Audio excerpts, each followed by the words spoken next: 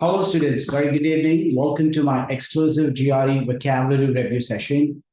So this is an additional session to your regular classes, which aim to improve your vocabulary and as well as like ability to solve GRE questions. Okay. So hopefully, we conduct this review session every week, maybe like during mid of the week. So all the review sessions would help you to answer the questions quickly and remember your vocabulary good. Okay. So that's the objective. So in today's class, as I said, first, I'd be like taking you through some vocabulary based on the major US events. So a little bit of history that we will learn. So because I firmly believe in order to attempt the passages or the context of many developments as per American education, so you're required to learn or know something about the places, the instrumental people, or certain major events, so that'll help you to like conquer the reading comprehension well. Okay, so it is not needed. First of all, don't get afraid. You have to know the entire list of history to attempt the passages, which is totally not true. But what I say is some familiarity would help you to like read the passage quickly and conceive an idea. Okay, so that's what it is. So it's absolutely not essential or required to learn history, but it is always appreciated to know the basics. Okay, now I might take you to some words. The objective is of today's session is to learn words, not most of historical facts. Okay, so even if you forget about the historical fact, I don't really care. But what it is needed is you try to remember the word list. That's essential for the test. Okay. If I have to divide GRE based on vocabulary need and vocabulary not need, I would say 50% of the test, it's going to be entirely based on vocabulary. How it is going to be? So totally, can someone tell me how many questions you have in GRE verbal section? Anyone? In total, how many questions you would meet on the test day? Can anyone say? People only type, they don't speak. Okay, you're right, Aditya. So you have 27 questions in the GRE. Okay, so how many questions you got? 27. Just a second. Where's my pen? So you have 27 questions in the GRE. So out of that, nearly 14 questions belong to text completion and sentence equivalence. So it's basically, you may have a text, okay? The text, you may have a blank somewhere. Okay? You got a blank here. And with answer choice A, B, C, D, and E, okay, like that. But you got to like pick a word to that. If you're going to like pick only one word from the list of answer choices provided, that is called text completion. If you're going to like choose two words from the list of answer choices provided, that is called sentence equivalence. Simple as that. I request people not to talk. So now, maybe 14 questions are going to be directly on vocabulary, but indirectly on critical reading your ability. Another 14 questions that are not going to depend a lot on vocabulary, but it is your critical reading ability or your comprehension ability. If we say like 14 questions belong to reading and comprehension, the passage might contain some sort of words that are very essential for you to like decode what's happening in a way, like, vocabulary plays a role in both text completion, sentence equivalence side, and as well as like tacitly or indirectly play a role in reading comprehension side as well. Okay. Hopefully you understand and appreciate it. And now, all I request you is to have you a dedicated vocabulary notebook, not just for the review sessions, for every other verbal class that you are interacting with your instructors. Okay. It could be me or your regular instructor that you meet during weekend or weekday. I request you to maintain a vocabulary notebook, a dedicated vocabulary notebook for your classes. Okay? So now, the first word for the day, the context of historical representation is tempestuous.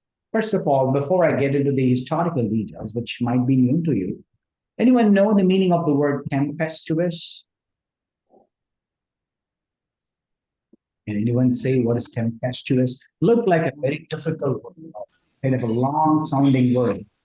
So, look at before, what is tempest?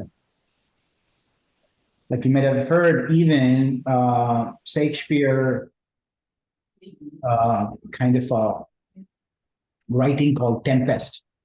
Heard of it, right? Okay. The word tempest as noun, tempestuous as adjective. It is similar to the word like we have the word called turbulent, right? Isn't it? So turbulent, which is like similar word related to that. But tempest means something is jarring, unsettling, like keep on sort of like, creating noise. Okay, that is called tempestuous. There is a tempest in the family, which means to say there is some unsettling issue in the family. A tempestuous mind cannot think clear. It is called tempestuous. And now, I would like to paint a detail here with respect to tempestuous in U.S. history. So the Battle of Antietam, which was a tempestuous clash. Okay, now you know about United States of America, right? Isn't it USA? There's also something exists called CSA. How many of you know there exists a country called CSA? At least if it is not a country, you wanted to be a country called CSA, which is called Confederate States of America. Confederate States of America are formed with nearly 11 states, and they formed with 11 states. Oh my God. All of you can hear me, right? Yes, sir. So they formed with 11 states, and they really wanted to make sure the union part of the USA shouldn't exist. See, basically, America is all about two types. Like when you talk about the people who wanted back, I'm saying back in 1800s. In 1800s, people are in two types. There's a more of economic power or industrialized power of America. Please do not talk. That really wanted have a lot of land. In addition to it, farming. In addition to it, capitalist mentality to have land, and then they make business out of it. So that is called confederates. So confederates are list of states that really demanded liberation of economy. In a way, in that underlying thing is they wanted slavery. Okay, so confederates are the kind of a states they wanted slavery. And slavery, if you happen to watch a lot of American movies like flicks, Law Amistad, or even if you could talk about 12 Years a Slave, this one is perennially taught, right? Isn't it? The northern states really don't want slavery. They are more democratic. They really want to abolish slavery. They want economic progress, but not out of slavery. Whereas the southern states, the list of 7 states, they need slavery. Why they need slavery? Because they really own many things: farming, yachts, or shipping, or you would talk about plantations. They really need a lot of people to work. And for that work, they wanted people from, African countries. So people from African countries, they imported. So they want people. So in a way, confederates are the list of states that they want have this sort of relaxation, or at least they think it is a right.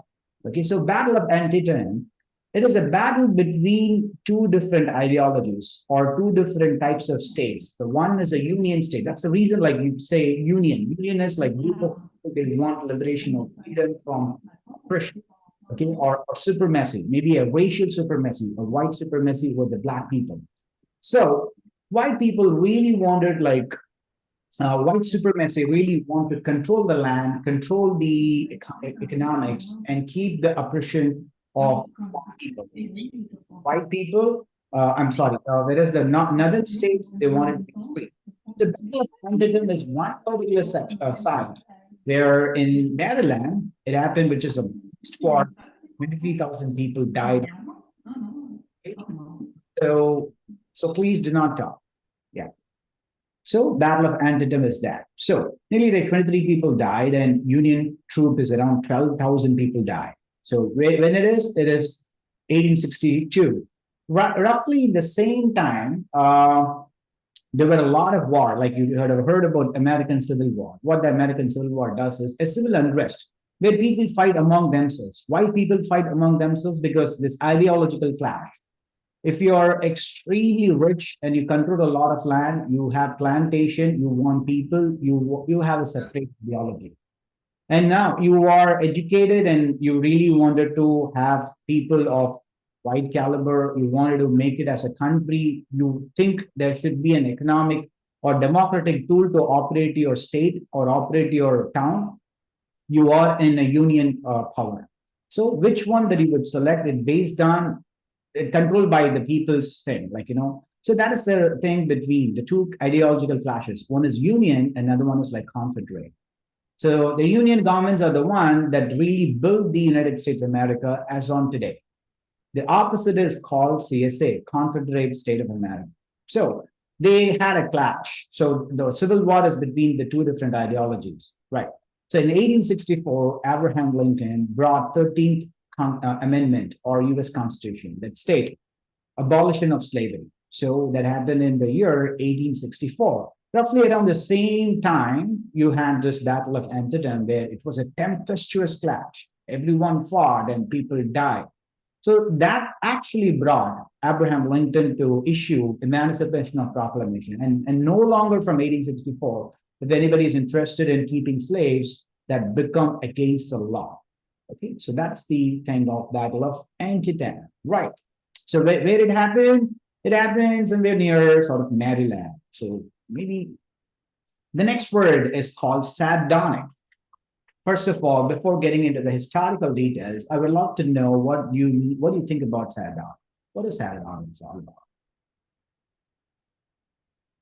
Anyone? It's a high frequent GRE word. Sardonic.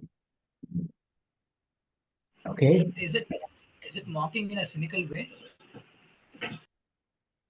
Okay, fine. So the word sardonic means when you pass a bitter comment on someone. Maybe you just like pass a very bad taste of comment on someone else's dressing or someone else's hairstyle. And that is called a sardonic comment. So the word sardonic is adjective. Okay.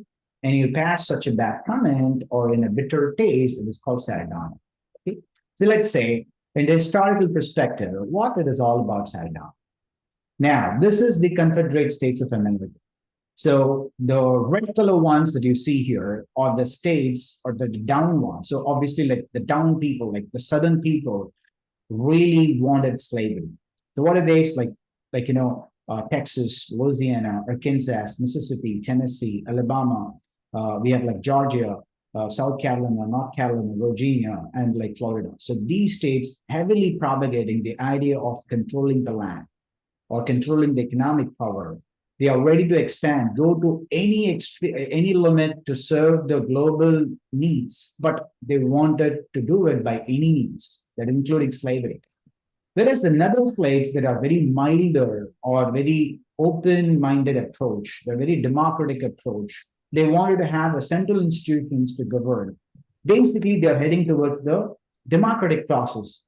Similarly, that have been happening along with the French and then European counterparts. So these people or these states are like Oregon and California in the far west, and majority of the states like Pennsylvania, New York, Ohio, Michigan, Indiana, Illinois, and Iowa, Wisconsin, Minnesota, and Kansas. So these are all and all the smaller states, you could say Massachusetts, Rhode Island, Connecticut, New Jersey, Delaware. So Delaware, this is the most politically active. And also you could accommodate to the fact that you have Washington, D.C., the capital is here, and all the historical places that are here, okay? And these are all like buffer states. Buffer means they partially accept it. You may also find some people, majority people trusting it, majority people voting against it. So these are all like a buffer state. It also actually, aided as a kind of a border between these two. So the slaves would not dare not to come right from the south. From the north, they go to the down to the south. That includes like white people who wanted to abolish slavery. So there will be like many laws in different types, though they belong to the same country, they are totally different with their mindset and approach. And you may ask, like, why the states are not taking any part. You blame it on geography, because a lot of mountains, a lot of lands. Even now, it is not fully inhabited by many people. Constructing industries in like, somewhere around 200 years before, 150 years before, were not even thought that time. So all these states are unconquered or like abandoned land. Nobody here takes care of much of industrial activity. With all the industrial activity of the US, even today in the modern US, it's all here and somewhere here. Not much here. Okay. So this is what the Confederate State of America, the down, all the red color you see, for nearly 4 years, we had a Confederate State of America.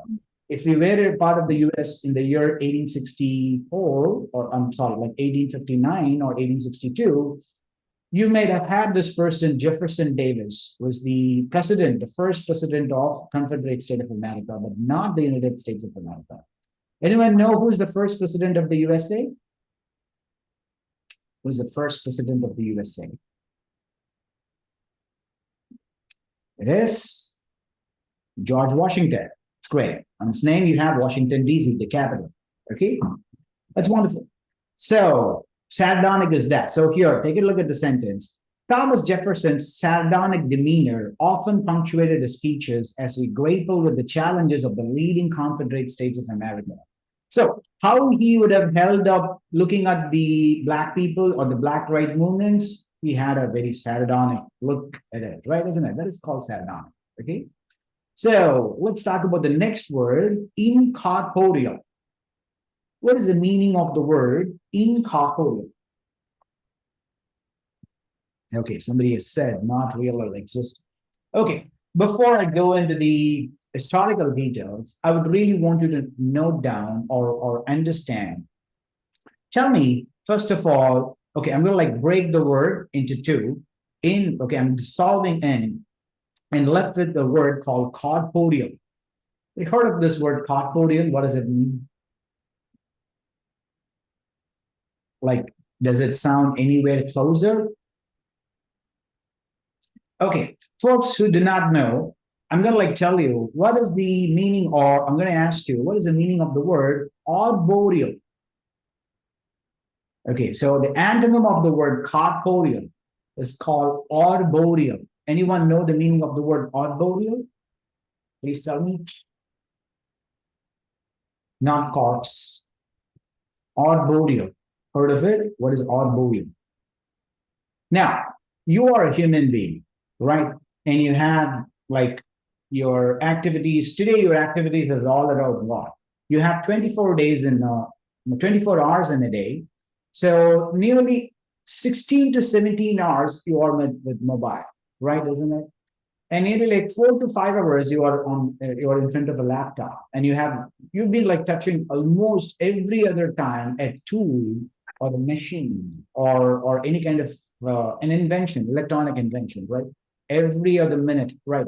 You might be touching the furniture, you might be touching an electronic gadget or anything that is built by human beings. So your life is more of a corporeal one, right? Isn't it? Look at it. How is your life? Nearly 20 to 24 hours a day, you're being surrounded with man-made things or tools or materialist things. So in that case, your life is around such being corporeal. So which is out of the word, another word closer to that called corporation or corporate, right? Isn't it? We say corporate company, right? Corporation of, let's say Hyderabad. So that's called corporation. So the word corporate, which means to say body. Okay. So corporate, like you say, the main body of something. So the word, you have something called corpuscles, like you would have done some biology, like corpuscles, like red blood corpuscles. Corpuscles like corp. The word corp itself is called a speck or a body. So anything is made up of body, you say like corporation. But the word adjected as corporeal, which means to say something is having a body, a strong fundamental body, or something is very significant. I have some sort of a corporeal interest to invest in this case. If anything is corporeal, something that got a body, that got a mass to do something. And now coming to the word arboreal, I said as a human being, you are all surrounded by tools or materialistic things, right? Isn't it? Now let's talk about the case of monkeys, okay, rhesus monkeys, or even if we call about other forms of monkeys. Okay. So do you think they're going to be with gadgets? I'm talking about wild animals that live in the forest, not in the captive breeds. Okay. Not even a minute they touch any tools or any other things. Like it doesn't make a furniture for itself. Mostly it confined to trees, right? So if you make a life out of trees or hanging in the trees, that is called arboreal beings. Arboreal beings. The word arboreal means pertaining or confined to trees. I love Envato Elements because it is a one-stop shop for me as a content creator, so I can create videos in a Watch your YouTube video outside this class, probably like exiting the class too, but please. So here you got it like, tree, something is pertaining to trees that is called arboreal. So arboreal, this is the word arboreal. And now coming back to the word, let me remove this thing. What is the meaning of the word incorporeal? The word incorporeal is something that doesn't have a body or lacking a vital substance, that is called incorporeal. So you understood the word corporeal means something has a substance, something is very significant. But the word incorporeal is something is not so significant or something is bodiless. For example, in the GRE, you have an essay called issue writing essay. You have to write a minimum of 600 words to get a good score. Anyone know what is the highest score possible in the GRE essay? What is the highest score possible? Yes, 6. Right, Aditya. You're right. So 6 is the highest score possible. Okay. So 6. So let's say out of 6, you've written an essay 6 out of 6. People say you have an excellent writing skills. Someone matches like a rock scholar. 4 out of 6, which is a required score to apply to any good graduate school. Let's say if your score is 1 out of 6, which means to say you did not write anything sufficiently, or the reviewer might say, oh, that was just an incorporeal essay. I cannot even write anything. Because out of 500 words, you just applied only 75 words. Doesn't have a body, lacking the context. It was so incorporeal at the end, right? So that is called incorporeal. Okay. It is not baseless related to. Incorporeal means something which lacking significance. Okay. So maybe you can understand it well by looking at the context here. Okay. Okay, I'm going to take you to some history. Again, coming back to the CSA. If CSA persisted since 1863, this would have been the flag of the United States of America. So this is the CSA flag, Confederate States of America. And now, right opposite to that, like whom they are hating? They are hating something called an abolitionist movement. An abolition, which means to say removal or kind of taking away, or sort of like, decimating. The word that is called abolition means, right? So dissolving, we could also say. So abolitionists are the one or the kind of a people who want to abolish the slavery. Okay.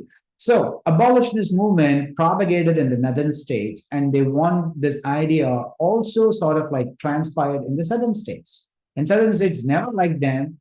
Do you think they ever welcomed or respected the abolitionist movements? Never, right? Or the people are abolitionists? Never, right? Isn't it? So that's the case here. To the white supremacy Confederates, the issues of Black people movement appeared incorporeal, isn't it? So it doesn't even have any context or any body. So they find it, okay, why you people are even here? We are not going to anyway do that. So the word incorporeal means to say something is totally inconsequential, it's bodiless, not at all important.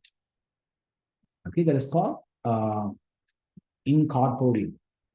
Okay, students, let's go to the next one. So please, I hope like you've taken down both the words. So next one is called exude. What is the meaning of the word exude? Anyone? EXUDE. Okay. The word exude is a verb, something to do with action. Okay, that is called exodus. Okay. So let's see what it is there in US American history context. Okay. Let's take a look at that. Okay, now this is a famous speech talked about, like, based on this one, give me liberty or give me death. So this particular speech delivered by Henry Patrick, or say like Patrick Henry. So in the year 1775, please do understand, we're dealing some history, so knowing the time is very important. In 1860s or 70s, United States were very busy in fighting among themselves. The people of the United States fighting among themselves. But right before 100 years before 1860, around like the time of, I would say 1770, okay, or 1760 or 1770, they were very busy in fighting against the European supremacy. That was the funny thing, isn't it? So 100 years before, they were like fighting against England for what? For the freedom. The same way like we people started to like fight against the Britain around like end of 1800s, and it peaked during 1900s, and mid of 20th century, we got the freedom. Similar to that, it happened all in the time like 1770s around. Like a lot of people demanded freedom from the British Crown. They don't want to work or be kind of a loyal colony of the European counterparts. That includes not only like Great Britain, but also like many other countries as well. But Great Britain has captured many of the land, much of the land. So how these people are themselves are from a different part of the Europe, maybe like you could say England, and then like France, and a lot of Dutch people, Irish, and so many European people started to come to the USA since when? 1400. So that is the time like we say the word America was discovered or invented. Like we have a lot of things like America Vespucci is the Portuguese sailor who discovered the America. That is the reason like you have the name America. This all happened in the year 1400s, okay, around like 1500s. 200 years, the white people have stabilized, they populated the entire continent of America. They have removed and successfully alienated the land, the people of the own land. And after that, they really built a lot of industries because they know the mechanics of industrialization on trade and commerce. They themselves started to own the business. So they don't want to pay taxes to a different country, because you need to understand in 200 and 250 years, the people who had immigrated by then, they really made a pass a lot of generations. The generations and never say one time to the Europe, but all the time they've been paying taxes to Europe, okay, or precisely England. So they didn't want to pay taxes to England and become a burden, because these people can think independently. They have their own ways of doing business, because they had a huge land compared to United Kingdom, which is like very, very small. But here the land is so huge. They have a wonderful resources. So they become very rich compared to the the United Kingdom. So they didn't want to like pay anything to the crown, but they wanted to use that money for their own state's welfare. They started to elect their own people. So among the time, like the founding fathers of the US, okay, so Patrick Henry gave a very exuding speech, like that exuded a lot of people to come together and to fight against the Britain. So as you open, give me liberty or give me death. So they really won the independence then. So this is all the context. So in a speech, Patrick Henry exuded an unwavering commitment to freedom, passionately declaring, give me death, liberty, or give me death. Okay, that really made a lot of people to come and join against the British tyranny. It's a nice thing to know, right, isn't it? So when did it happen? In 1775, roughly like 100 years before.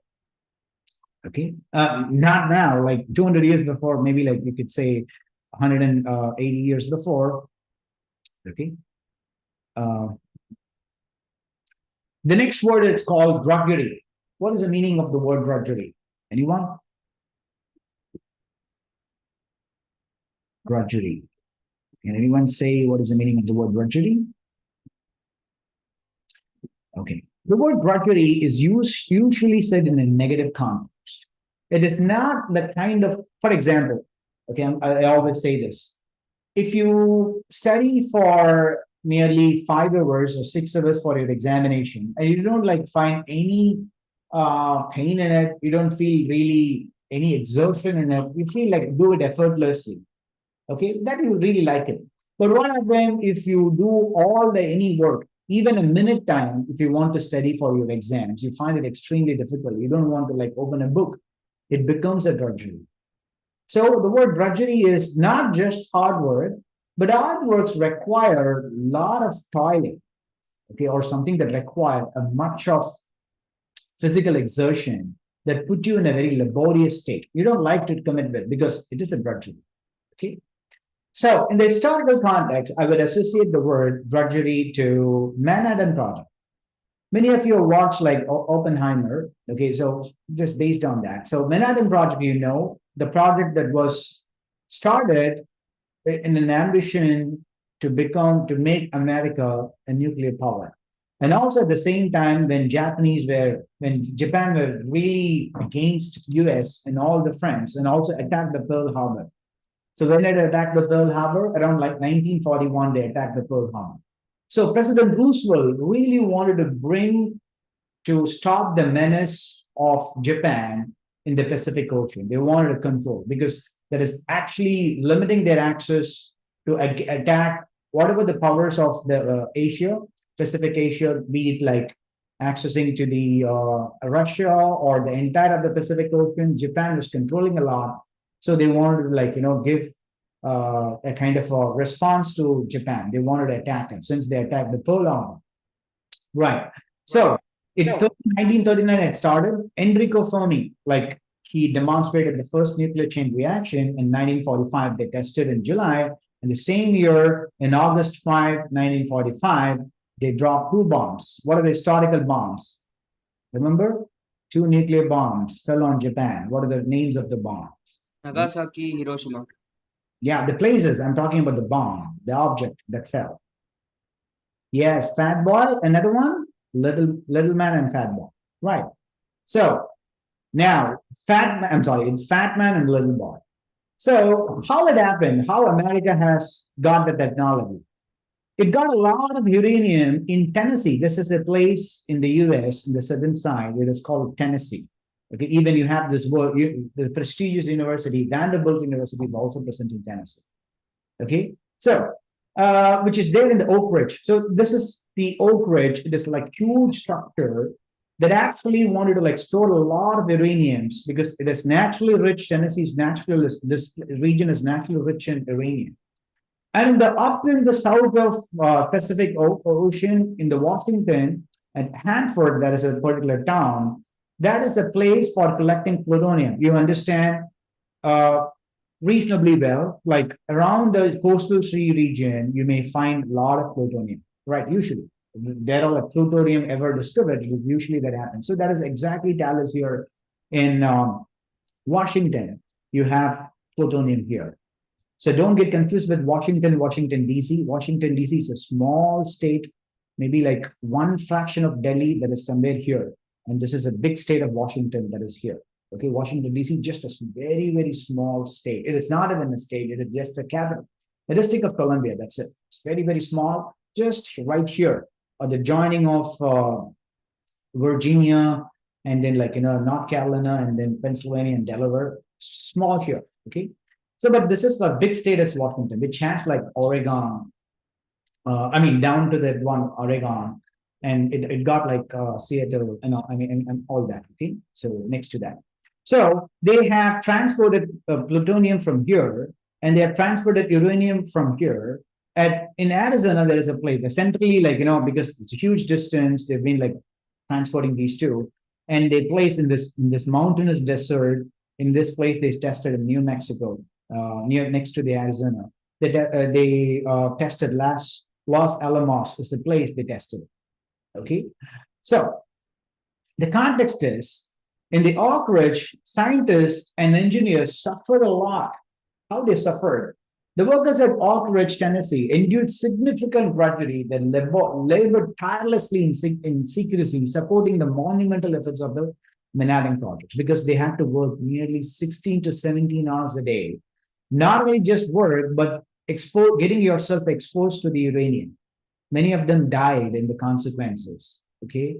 And a lot of them had a lot of skin disease. Finally, they had to deliver it in the mid of 1945, because under the strict regime or the orders of Roosevelt, they've been like working tirelessly in doing it. And also they wanted to maintain secrecy of this project because no other political party really wanted to know it, okay? So that's how it was such a drudgery for them. They've been hardworking, but they're also like sort of like, endlessly working, and put them in a very laborious state. That is called drudgery. Got it. So the next word for you, it is called slipshod. What is the meaning of the word slipshod? Anyone?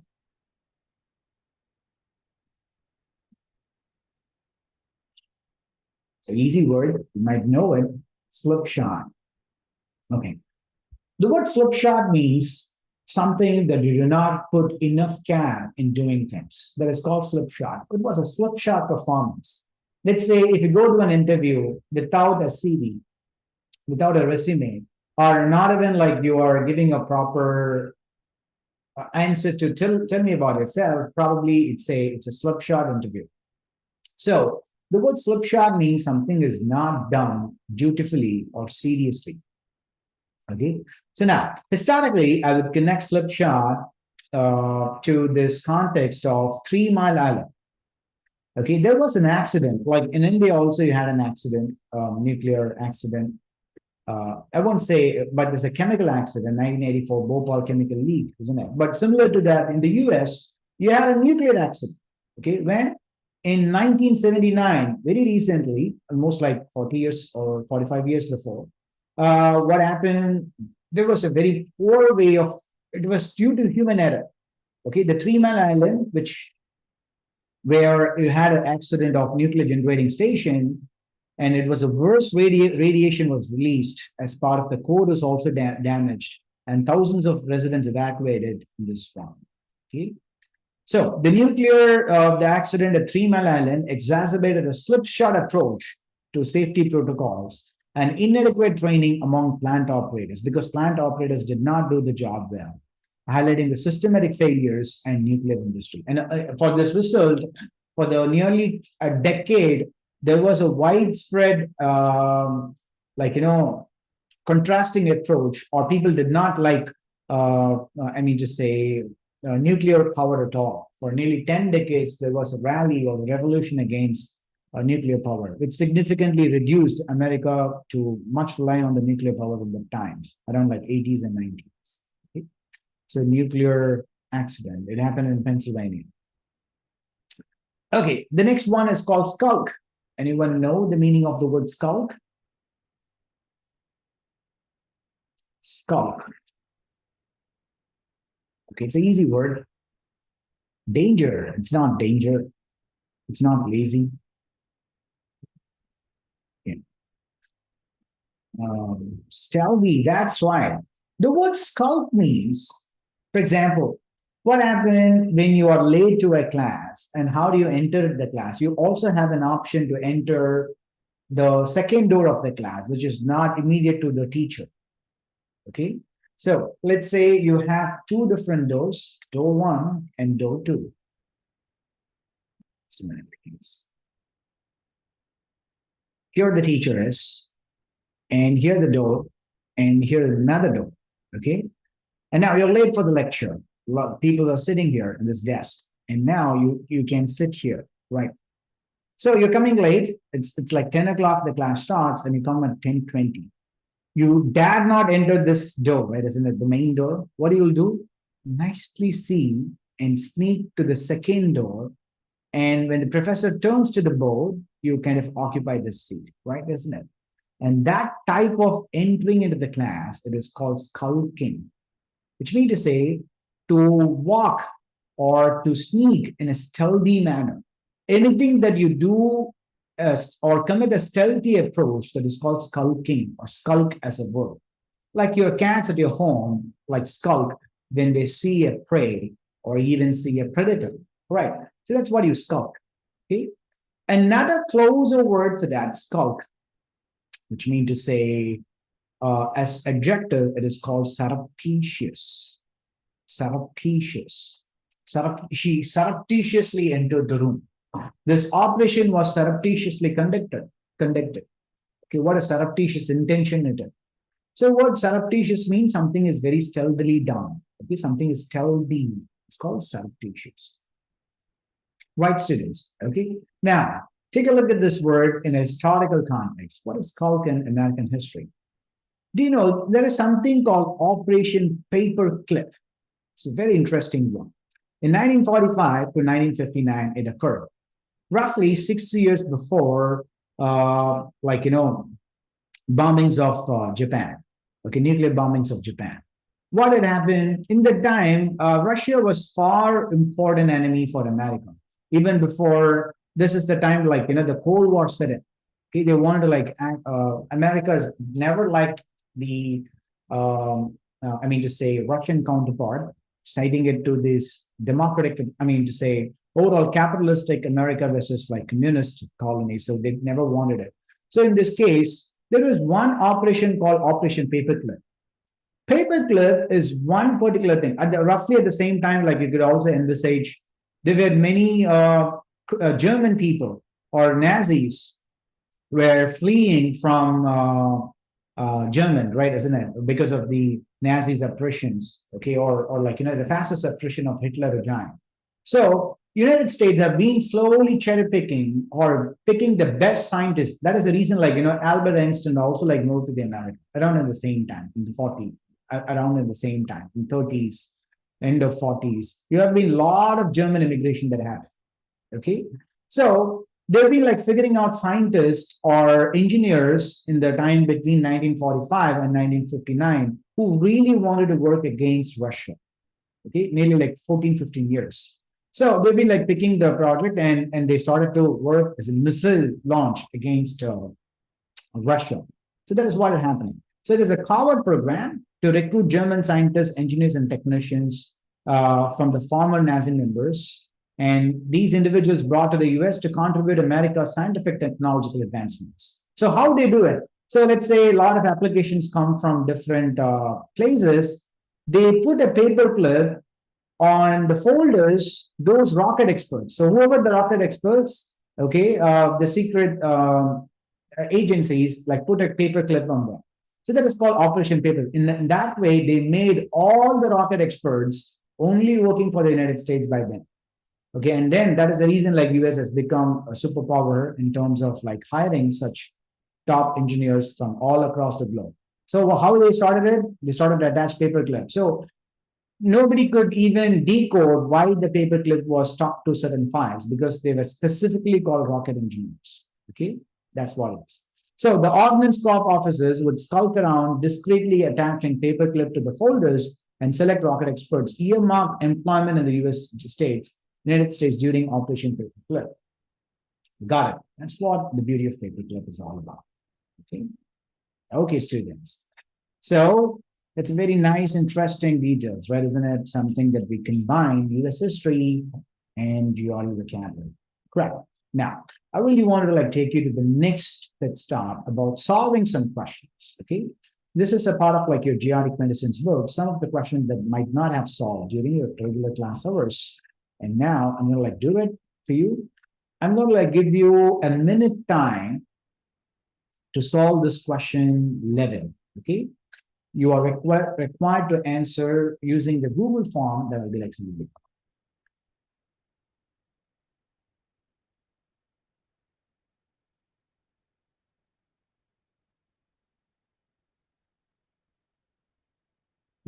Take a look. It's very important. I'm going to give you a Google form.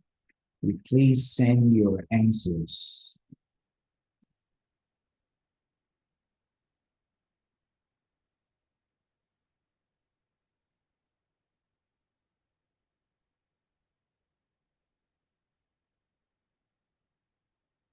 Yeah, I've sent you the Google form in the chat box. Go ahead and try to solve this. Question number 11.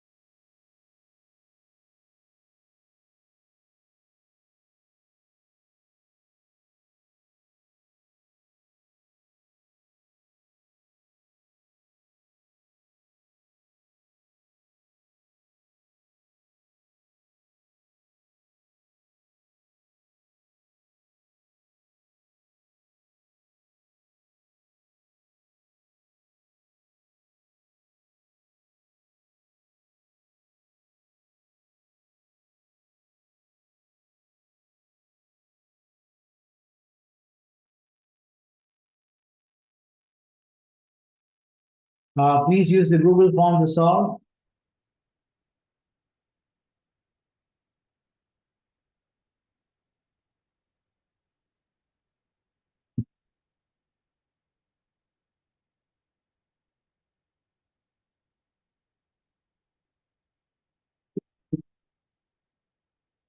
Okay, students, let's try to answer this question.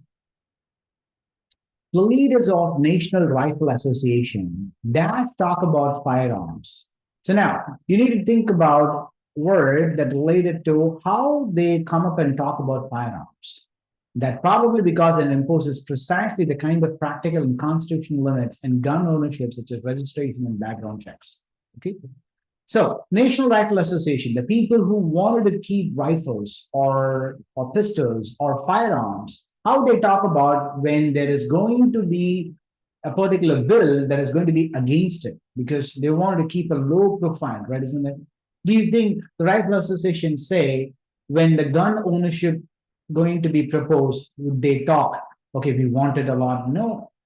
They would always say, they don't really even talk about. For example, if you get a bad score in your exams, in your regular college exams, how exactly when people talk about education or career, do you much participate in that thing? No, right? Isn't it? You don't even be a part of that discussion. You simply escape there. So that exactly here they don't or they rarely talk about it. So that's what it is. So leaders of National Rifle Association rarely talk about the firearms, probably because there is always a precisely a heavy kind of constitutional limits. So they're not able to talk at all. They rarely talk. They don't like animatedly talk, which means to say with spirit or in a very lively manner. They don't like precisely talk. The word precise to mean presence, which means to say to know things well in advance. Not weekly, not positively. So rarely that really makes a sentence. Okay? Let's see how many of you got rarely here. So I got like 17 responses for this question. And nearly, just a minute. How many of you with B? Hence choice. So Nandita got it right. Anirudh, Junaid, the top 3 respondents. That's good. Okay, now I'm going to take you to the next question. Erase this. Please go to the question number 12. Request you to go to the question number 12.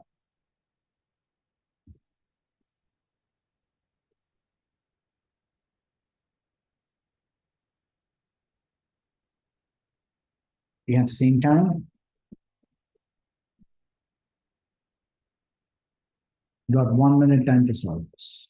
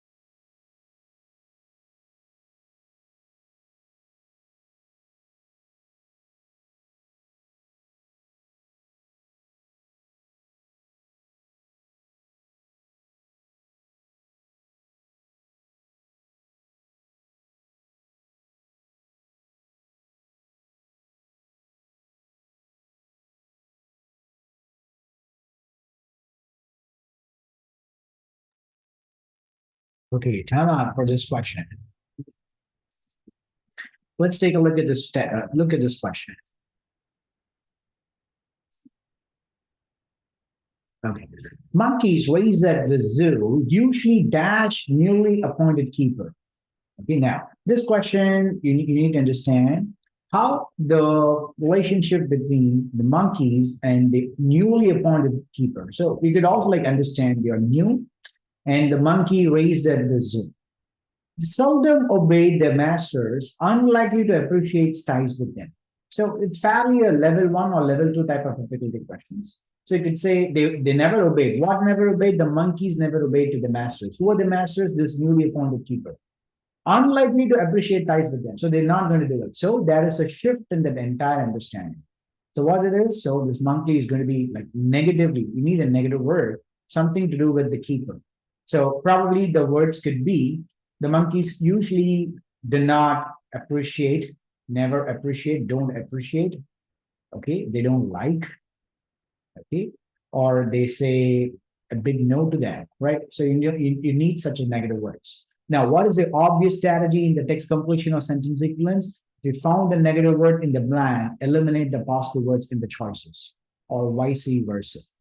So any positive word because you needed a negative word. So the positive word in this context, it is called confer to.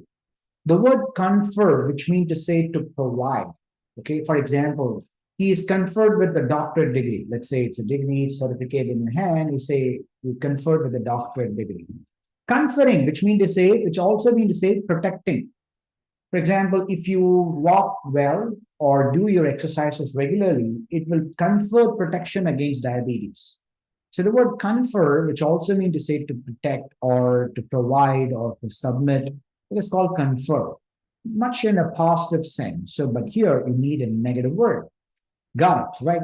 Maybe another positive word, or could not be in a negative context, it is called restraint. The word strain means, for example, when my head is straining, it's really getting pain. You say strain. But the word restrain means to calm down. That's a reason, like, you give a restraining order. Strain means something is going out of control. Restrain means to bring back the control. So the word restrain, which means to say to calm down or cool down, or to amend peace, that is called restrain. Correct? So that is also gone. Any other word need to be eliminated? We got a word like render, which also sort of said in a positive word or in a neutral context. For example, the word render, which means to say to provide or to give. For example, you need to pay for the services rendered at the restaurant. Okay, rendered means provided. What are the foods rendered? Or you can say Jasprit Brumra rendered 6 runs per over, which means to say he gave or he provided. Okay, so again, the word render would not fit. Another word needs to be eliminated or irrelevant is called relegated. The word relegate as verb or relegation as adjective, noun, which means to say against the word of promotion, antonym to the word promotion. Okay, if you are in a job and you do your job well and you get by money and as well as by position, you raise and uplift or you have a raise that is called promotion, right? Let's say you enter into a job. Let's say you earn $10. From now on, because of your poor job and people died of it, or the machine become failure, from $10 salary, you've been like reduced to $2 salary. That is called relegate or relegation.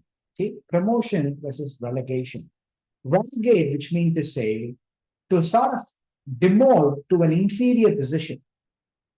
That is called relegated. Okay, he was relegated to a poor clerical job from a manager role. Okay, that is called relegate. So anyway, that is not the case here. It's not like relegated to that. The right word for this question is called demur to. The word demur, which means to say to ignore or to refuse to comply, demur. For example, I've been always asking you to dedicate a notebook and write a sentence for each word that you learn. Not even one time you listen. So you demoed all my instructions. So that is called demur. Let's say if you never liked better God. You don't like at all. So I'm going to like give you nice food that is prepared out of like better God. So what do? You demur to eat it. Maybe you put all the vegetables under your shoes, probably under the dining table. So maybe like in the chair, like, the places you just put it back, the cover and everywhere. So that's what, like, you're demurred to eat it. The word demurred means not accepting or refusing to undergo or being shy and going away. That is called demurred. Okay. So answer choice is B. Let's see how many of you got B, the answer choice. Okay. I got like 15 responses for this question. Downloading all your responses.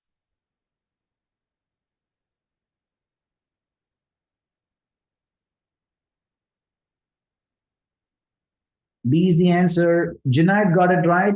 Nandita got it right. And Guru S. First top three respondents for this question. Junaid, Nandita, and Guru. Very good.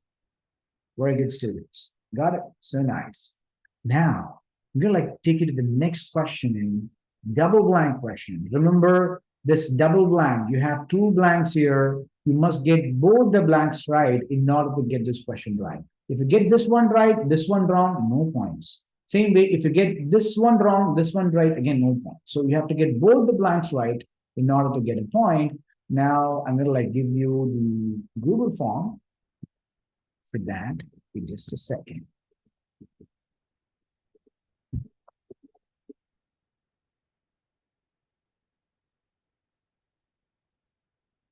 There you go for your double blank.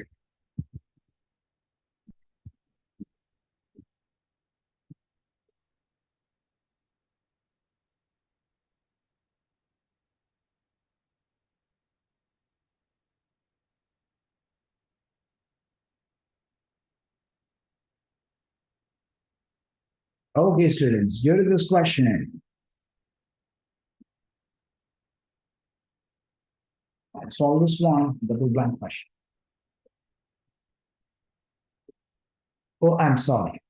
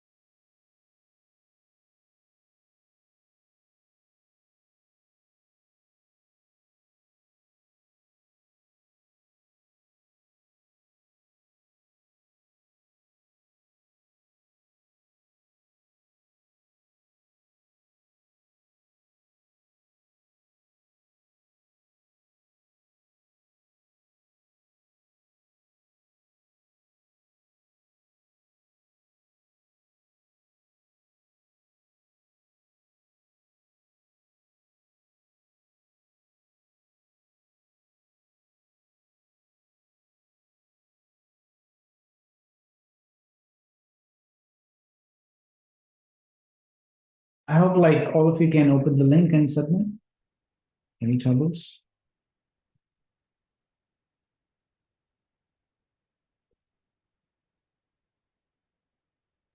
So not able to open the link, sir.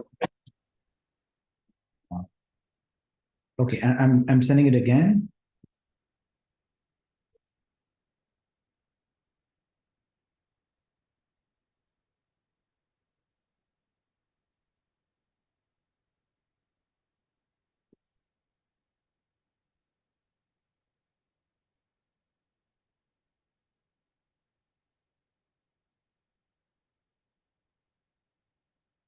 Can you try this one?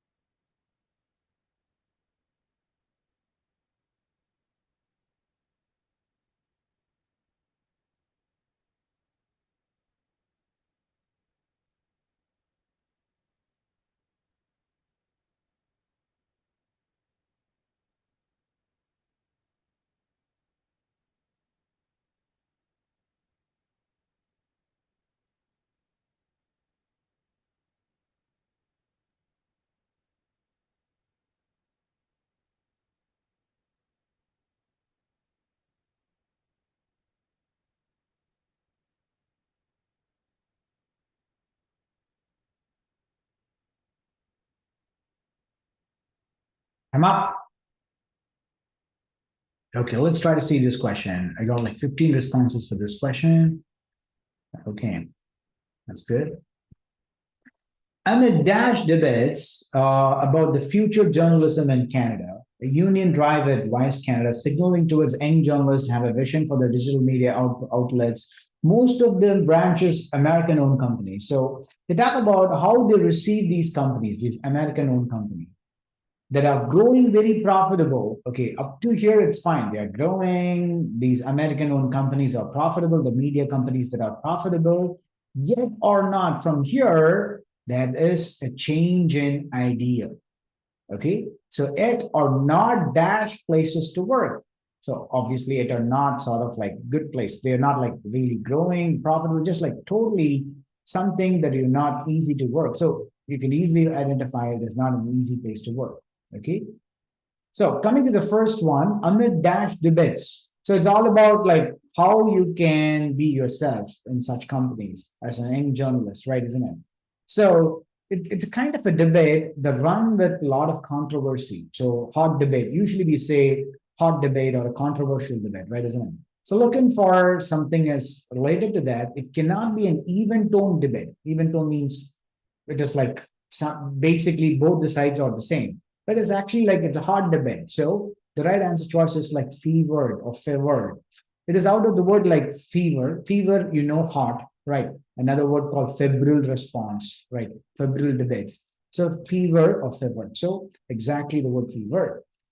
Coming to the second one, it is easy. It's not easy place to work. So easy. Right. So what are the other choices we need to eliminate? Banal. What is the meaning of the word banal? The word banal, yeah. Incorporeal. No. The word banal mean to say something is very commonplace, okay, or dull. Okay. For example, what are the banal WhatsApp forwards, right? So the banal WhatsApp forwards may be from your other relatives, good morning and all that, right? Isn't it? So in a banal discussion, conversation on WhatsApp. So anything is banal, which means to say a dull or commonplace, a banal idea. We provide every time one banal idea. That is called banal, right? So that won't be the case.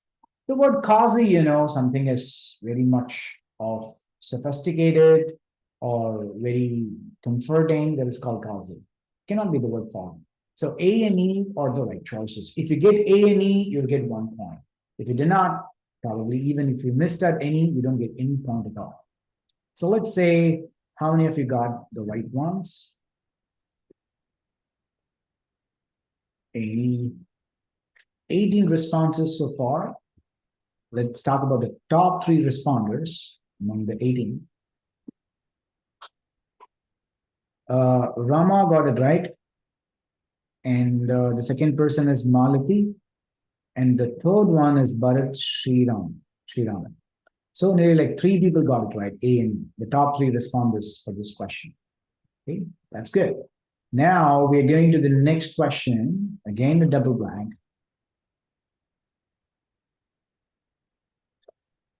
Try to solve this question number 14. Again, a double blank question. Okay. You've got a minute time to solve this.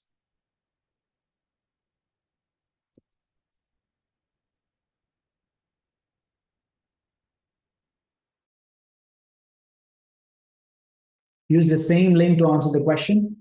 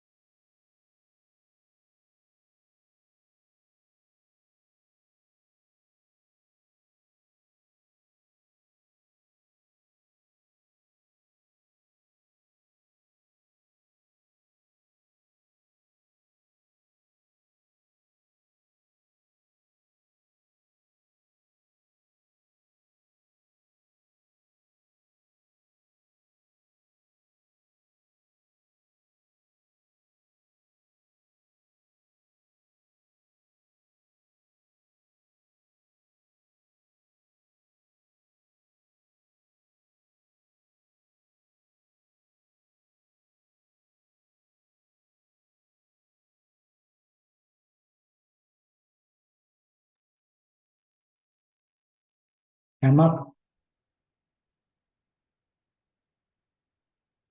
Okay. So we got like 16 responses to this question. Let's take into the. If the controversial China-Ecuador contract were signed up, China would be free to dash 3 million of 8.1 million of pure untouched Amazon rainforest. Okay, if this China and Ecuador contract is going to be established, what will happen? China is going to take up nearly 3 million out of 8.1 million. Almost like 40% of it, or maybe like 50% of it, they're going to like take it out, right? So in this case, of pure Amazon rainforest would be gone to China. So what they would do, they would simply sort of like exploit, right? Isn't it? So the right answer choice for the first one should be exploit. Okay, so you go with exploit. So coming to the next one, the next blank, the region. What region? This Amazon rainforest region has remained dash despite the advent of industrialization until now. Right now, it is industrialization, right, isn't it? Till this time, this region is not under the capture of industrialization. It remained pure, it remained pristine or untouched. So write the word, it is pristine, as you say. So you need a positive word to denote about it. So the right positive word is pristine. It cannot be the word undeveloped. If you think undeveloped is the answer, you are one of the Chinamen. You are a Chinaman, right? Isn't it? Because you want this land to be used for your own purpose, right? To extract oil out of this place. Okay. So undeveloped cannot be, it is not a wild place because it's not like geographically try to address this place belong to a wildlife system, but actually you find it untouched. You find that they are pure. So right word is pristine. And China's interest is to not to invest, not to bypass, but exploit this one, because that is what the sentence try to convey. So C and E are the right choice. You could say this is a level 2 difficulty type question in the GRE. Okay, let's see how many of you got C and E. If you get C and E, you get a point for this question. Okay. So I have like 19 responses so far. Download. The top 3 responders. Okay, Anirudh got it right, Adityan got it right, and Rama got it right. The top 3 responders. Now, let's see how many of you got CAE. 1, 2, 3, 4, 5, 6, 7, 8, 9, 10. Almost like 10 of you out of like 16 got it right. You see, majority of students getting it right, nearly like 10 out of 16. Okay, which means to say this is the easy question, level 2 type difficulty question. I did say, right, isn't it? Okay, if only 3 out of 16 make it right, I would say that could be a level 5 difficulty question. If 15 out of 15 or 14 out of 16 people make it right, that I would say a level 1 difficulty question. In GRE, you have 5 level of difficulty question. Level 1, 2, 3, 4, 5. Level 1, everyone can solve, or majority of students get it right. Level 5, like very few people can solve. Okay, so you have questions in 2 stages, stage 1 and stage 2.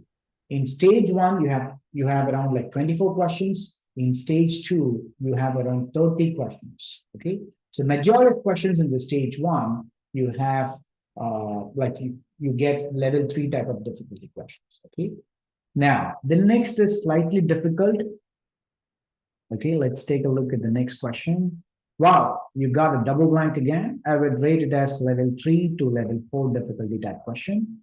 Let me erase the responses that you have sent. Right now, you go and solve this double blank question, the 15th one. Try to solve this one.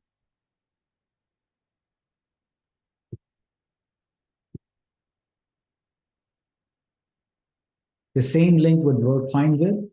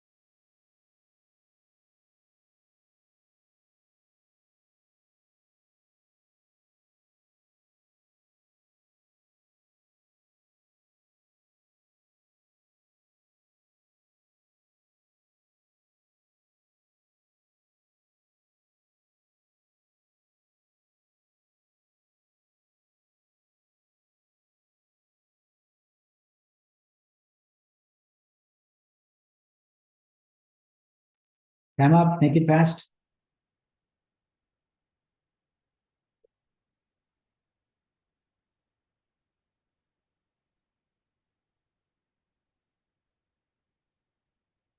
Okay. Let's see how many of you responded. Maybe like 12 responses so far. Okay, that's good. Now, for a consummate writer like Henry Still, whose reputation rests on, okay, the dash thought-provoking journalism, his recent article was filled with dash against a particular ethnicity that rankled a subset of readers. So we need to understand this text talks about how the writer response have been accepted. Okay. Before that, you need to understand certain words like consummate. What is the meaning of the word consummate? Anyone? The noun form of the word is called consummation. The verb form is called consummate. Also, the adjective form of the word is called consummate. Please talk. Please say deep, not deep. Okay. To say, consummate means to get married. One word, like the marriage has been consummated by tying a Mangal Sutra or like exchanging the ring. So the marriage is consummated. The word consummate means something has happened or something has become perfect.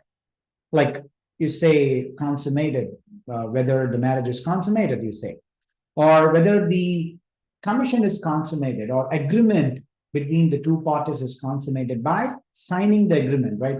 At the last stroke of this pen button, when you sign the agreement, okay, the agreement gets consummated. So as a verb, which means to say something that happens perfect, okay, maybe even it says like intercourse to an extent. But to an extent, like the word consummate means something gets done or perfect. The word consummate, as in this case or in this context, is called perfect. For a perfect writer like Henry Still, usually his reputation, he writes so neatly, he writes so another kind is another context that you could say very broad-minded, because perfect things are always broad-minded as well, because they cover things so broadly.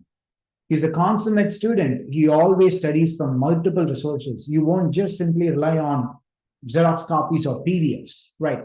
A consummate approach in studies is you go by many things, internet, you go by regular textbooks, you sit and discuss with peers, and you also write letters to people from different places and you earn your knowledge. That is called a consummate writing or a consummate research. So anything is consummate. In a way, you say it is what a perfect man, right? Isn't it? What a perfect way of doing. So what is the perfection here or perfectionism here? It's always the broad approach, the list of different variety of approach. That is called consummate. So the word consummate here that represents mirror this broad approach, a broad-minded approach that is called broad-minded. So usually this Henry person is known as a consummate fellow or consummate writer. His reputation rests on thought-provoking journalism, known for his broad-minded approach. Okay, but now what happened here in his recent article? Nearly for 20 years, he is known for his broad-mindedness, thought-provoking nature of writing. But in the recent article, he has written against a particular ethnicity, maybe like a group of social people or a kind of a particular class or caste or religion people. One particular ethnicity that rankled a subset of readers. Again, you need to know the word rankle to appreciate what exactly happened with the readers who read this article, right? The word rankle means irritated, to get irritated or feeling very like being wronged about. That is called irritated or rankle.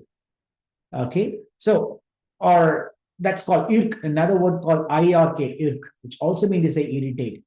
The frequent power cuts rankles the people, right, isn't it? So that is called rankle. So you write something about this ethnicity or group of people that rankle the readers, right, isn't it? So obviously, the article did not go well with them. Okay. So now the first one, you need to have a positive word talking about how his regular writing is. The second answer choice, you need to talk about how people took this writing or what it exactly made the particular ethnicity people to get irritated with. Let us try to solve the first blank, right? Repetition rests on, you need a positive word here because you are appreciating his regular way of writing. So it is thought-provoking, another positive word. Any negative word, you just destroy it, you move it down. Now, do we have any negative word in the answer choices? Exactly. There is such a negative word. It is called detrimental.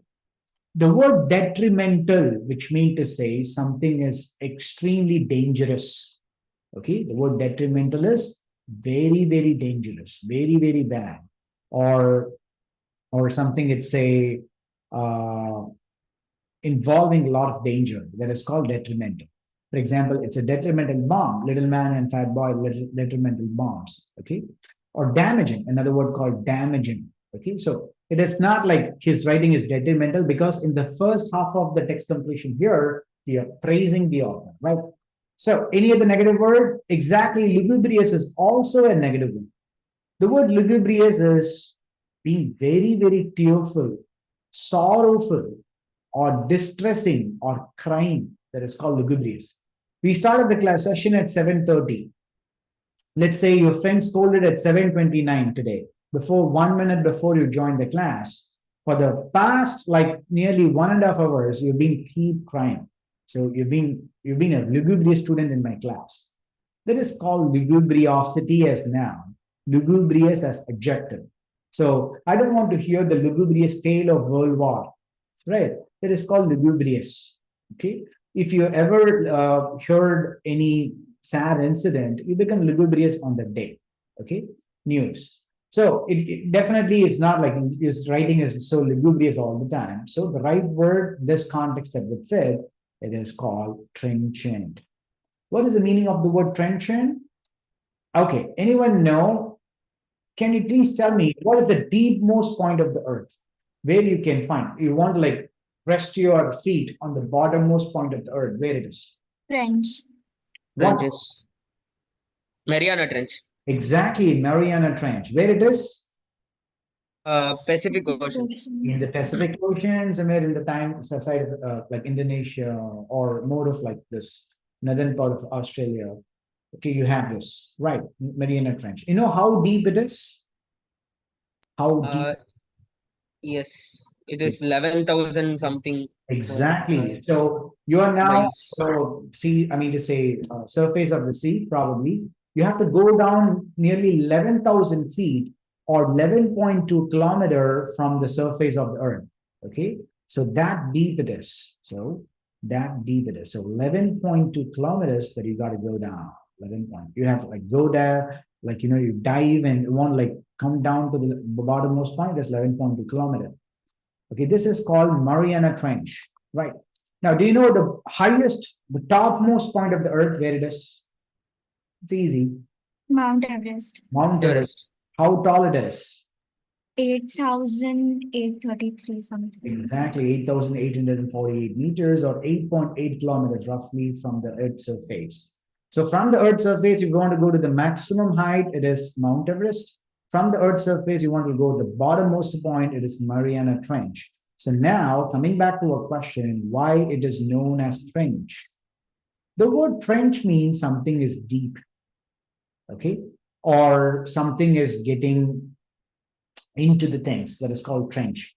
Okay, I mean, the teaching well entrenched into my brain, which means to say something got anchored into, something got hooked into, that is called trench. So the word trench is usually associated with sharp or deep.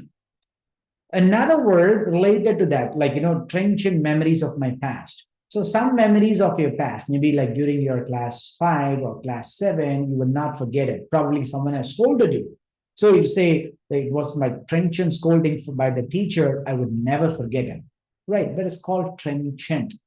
So another word related to that is called incisive, because the things are very sharp, incisors.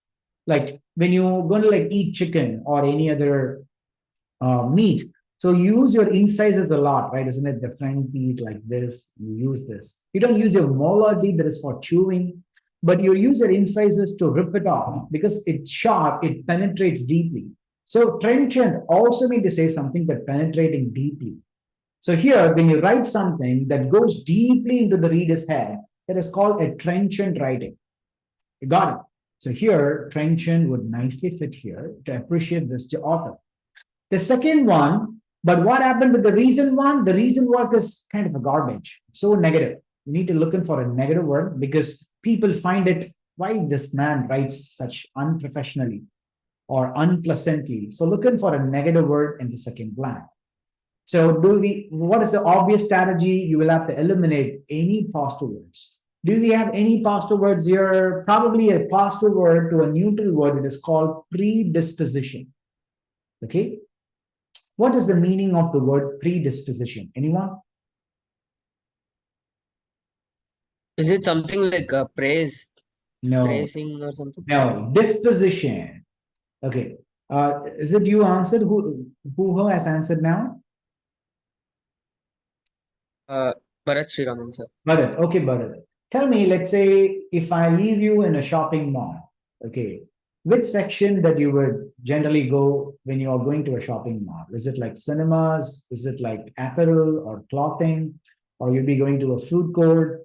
Or you'll be going to something called decathlon or sports item? Which one you would go? Where you would go? Cinemas. Cinemas, you go to like cinemas, right? Isn't it? So that shows your predisposition among various other options available.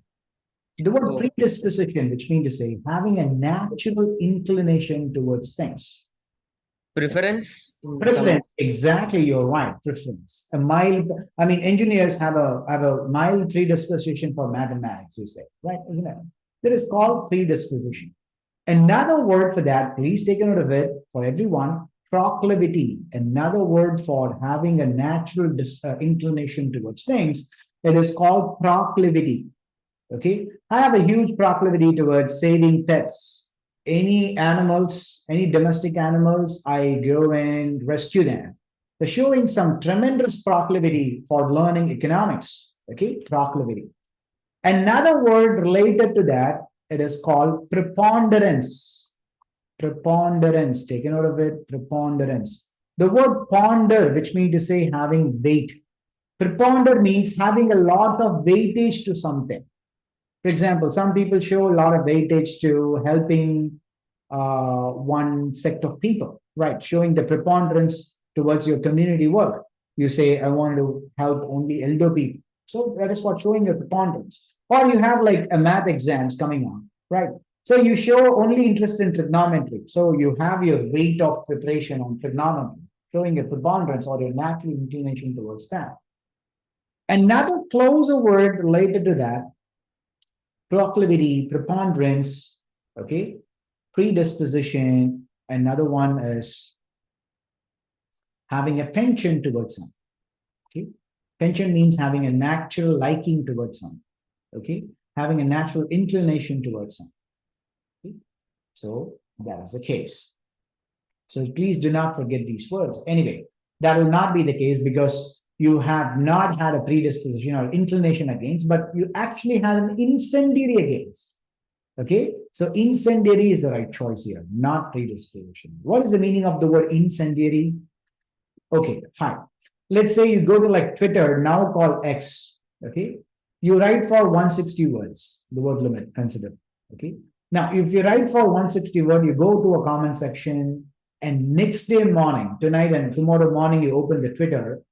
You see you have been liked by many people have retweeted it, and now as a consequences there have been riots on streets because people are protesting against you or for you, okay, and you broke out a riot and people died, nearly 100 people died and 50 people like injured, and now it is no longer a tweet but it is called incendiary now.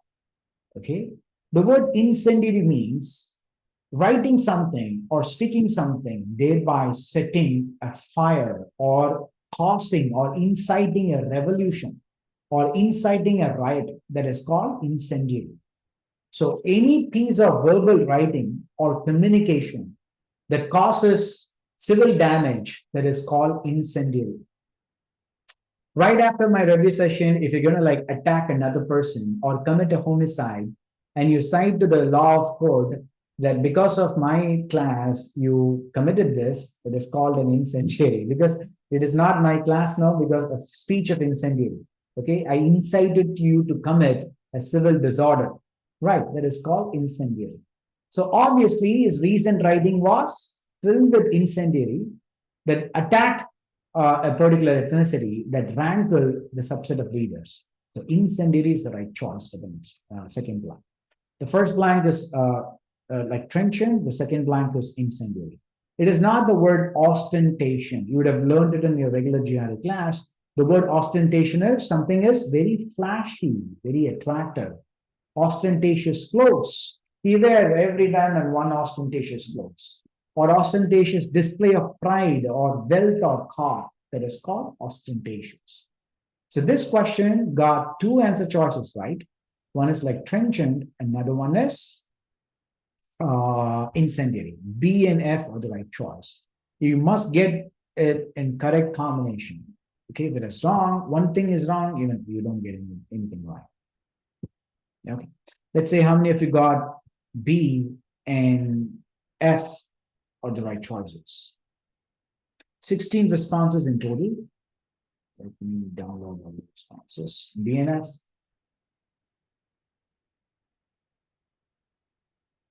Okay. Anirudh got it right, Bharat got it right, and Nandita got it right.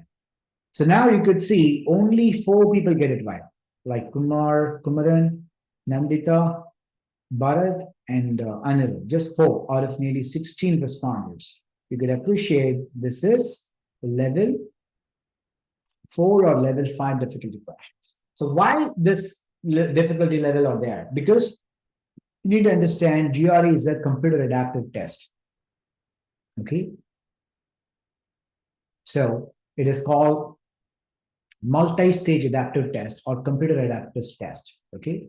So what happens here? Basically, you're given with 2 stages, stage 1 and stage 2. Okay, just a minute. Sir, Yeah, just have one small doubt. yeah.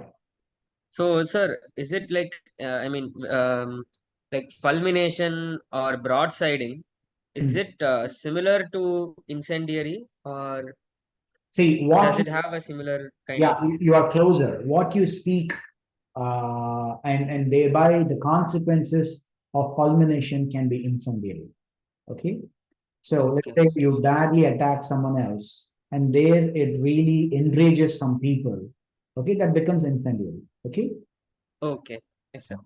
So the stage 1 and stage 2 are very important. And then the difference between the stage 1 and stage 2 is this. The stage 1, you have a total of 24 questions, and stage 2, you have a total of 30 questions. So in 24 questions, you have 14 questions, sorry, 12 questions belong to verbal, 12 questions belong to quants or mathematics. Okay. Same way, 15 questions belong to verbal, 15 questions belong to quant. And now you have an optional 10 minutes break. You can take it or you can just skip it.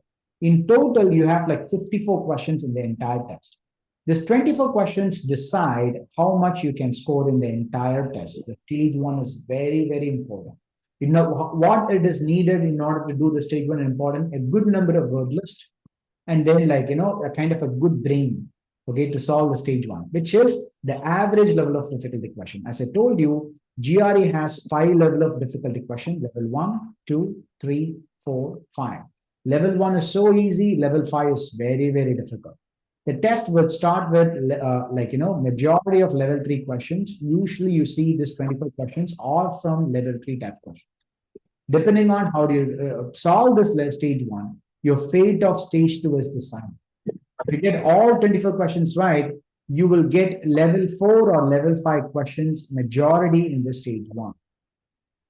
If you get all 24 questions wrong or most of the 24 questions wrong, you will usually get in the stage 2 a level 1 or level 2 type questions in the stage 2. Right. Now, this question that we see, it is I always rate it because not only for this class, for so many other classes, when I had my review session, I find this question is scored by not less than some 10% usually. That's how it ends up there. Right. So just 1/4 of the students would solve this question, or 1/5 of the student would solve this question. In that case, it marked as level 4 or level 5 difficulty type questions. But the thing is, I would also like appreciate the one. For example, I guess Bharat and Nandita for this question got it right. Really? Still, isn't it? I can remember the name because they get it right. So I appreciate them compared to when you solve a level 1 question, because few questions ago, nearly like 10 people got it right or 11 people got it right. That could be like level 2 or level 1 question. When many people solve, I don't remember the name. When only like few people solve, I will remember the name. The same way the computer is going to award extra points for the students who solve majority level 4 or level 5 questions. How? In total, the computer is going to give you 80 points. Okay, 130 to 170. Okay, for verbal, 130 to 170, there are 40 points here. And quant, 130 to 170. So there are 40 points here. So 40 plus 40, 80 is the total points in the examination between the scoring range 260 and 340. 130 plus 130, 260, 170 plus 170, 340. So totally 80 points. 40 points belong to verbal and 40 points belong to quant. It is basically this 80 questions are going to be based on this entire 54 questions. So 54 questions that are going to be decide 80 points, right? 80 points, 40 and 40, totally 80 points. So based out of 27 questions in verbal and 27 questions in quant. So per question out of this one, it'll make you 1.4 marks or point for per question. But level 5 question carry more than 1.4, probably like 2.5 or 3, okay, or 2 even. But level 1 question carry less than a 1.4, maybe like 0.3 or 0.4. If you are a student or a test taker, confine yourself only to solving level 1 or level 2, your score in the GRE would be bound to be very less.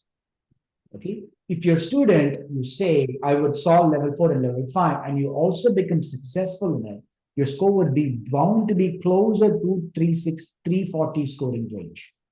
It's a simple thing in the test. So what is the key element here? The thumb rule to get a good score in the GRE is you must unlock level 4 and level 5 questions in the GRE.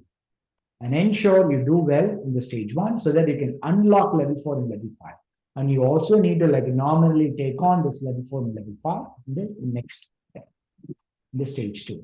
Okay. Now, you would have seen now what is the intensity of level 4 and level 5. Only few people can get it right. You might also lose it because of time imbalance. Okay. You might also lose it because of many unfamiliar words. You might also not able to understand what's going on. Genuinely not read it what's going on here, right? So there are like multiple level of problems that might arise. What is the first step in order to address this issue is improving your vocabulary at the same time improving your reading skill. Okay. So I would really appreciate if you could read a lot of text or articles or journals to begin with. Maybe the best method to start out with these following journals. So all the words, the sentences and words are based on these references from New York Times, Smithsonian Magazine, The Economist, or Harvard Business Review. I would recommend minimum 5 articles a day, right from today. Minimum 5 articles a day, you must read it and write every word into your vocabulary book. Okay, please do understand every word into your vocabulary. That is very essential. And now, you need to understand 4 jobs make your word done, not 1 job. For example, you would have learned today consummate, right? So did consummate mean to say perfect? Kindly do not talk, mute yourself.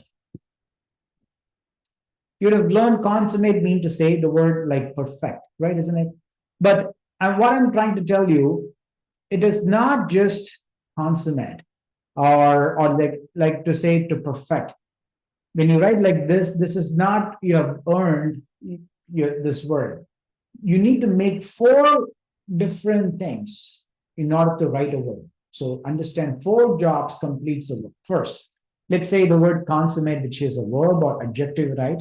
First one is writing the word. The second job is writing the parts of speech. The third job is writing the word meaning. Finally, the 4th important job is writing them in a sentence. Sentence writing builds your vocabulary like anything. It is not about memorizing the word, not about hearing the word, not about spelling the word, but actually only the sentence writing would help you the word. Accustom yourself to the habit of like probing the word in your own minds, on your own thoughts is the only way you can conquer or master the vocabulary. Not about knowing it or pretending that you've heard it, knowing that or seeing the word in the form of a text. That is not about mastery here. So even I would say, I'm going to like introduce a new word. What is the meaning of the word profligate? Anyone? Profligate or profligacy. Anyone? Is it opposite of castigate? Like No. something that's praising. No. Profligacy. What does it mean?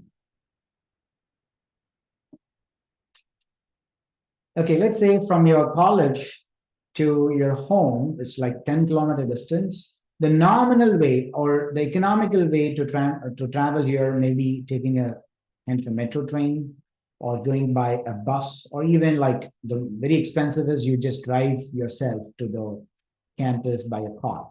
Okay. But I would say a profligate method is hiring a chopper or a helicopter and paying them some 80,000 rupees for this 15 minutes journey.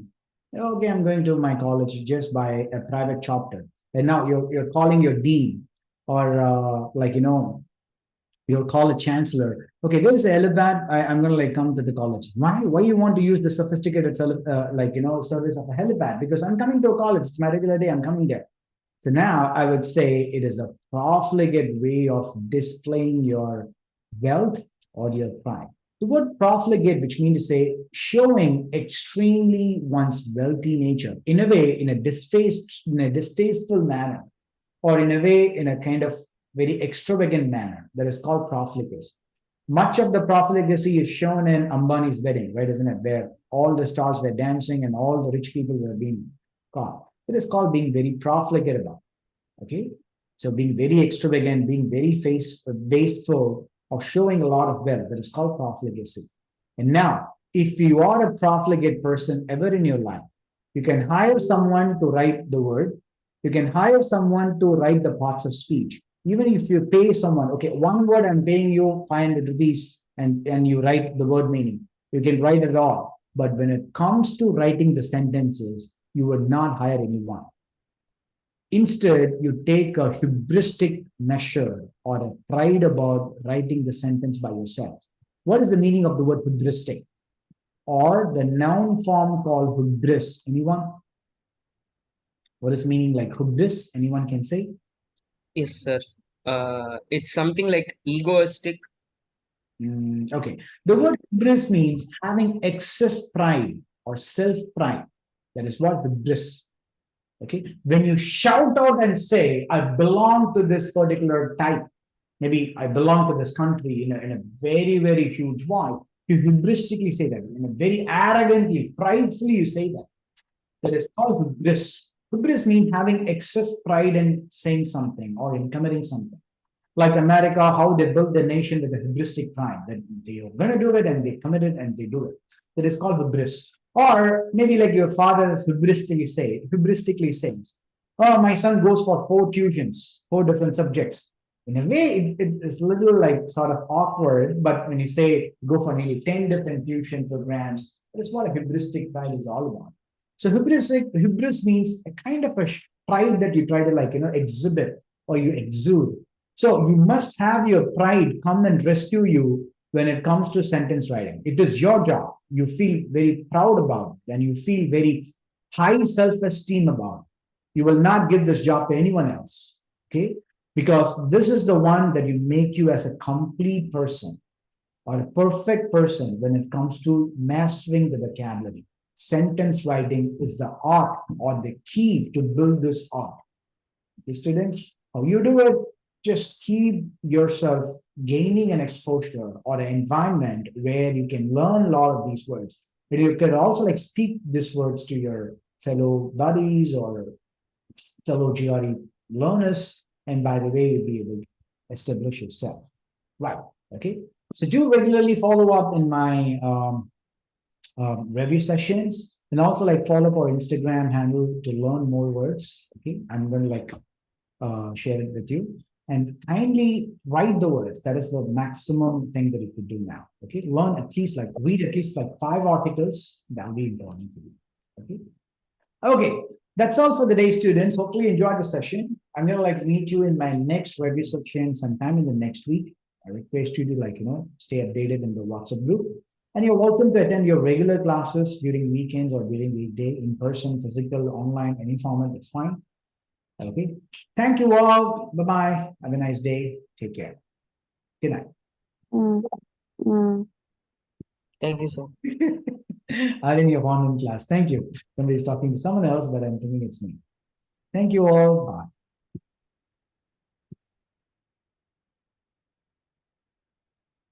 Thank you. Thanks a lot, Giri.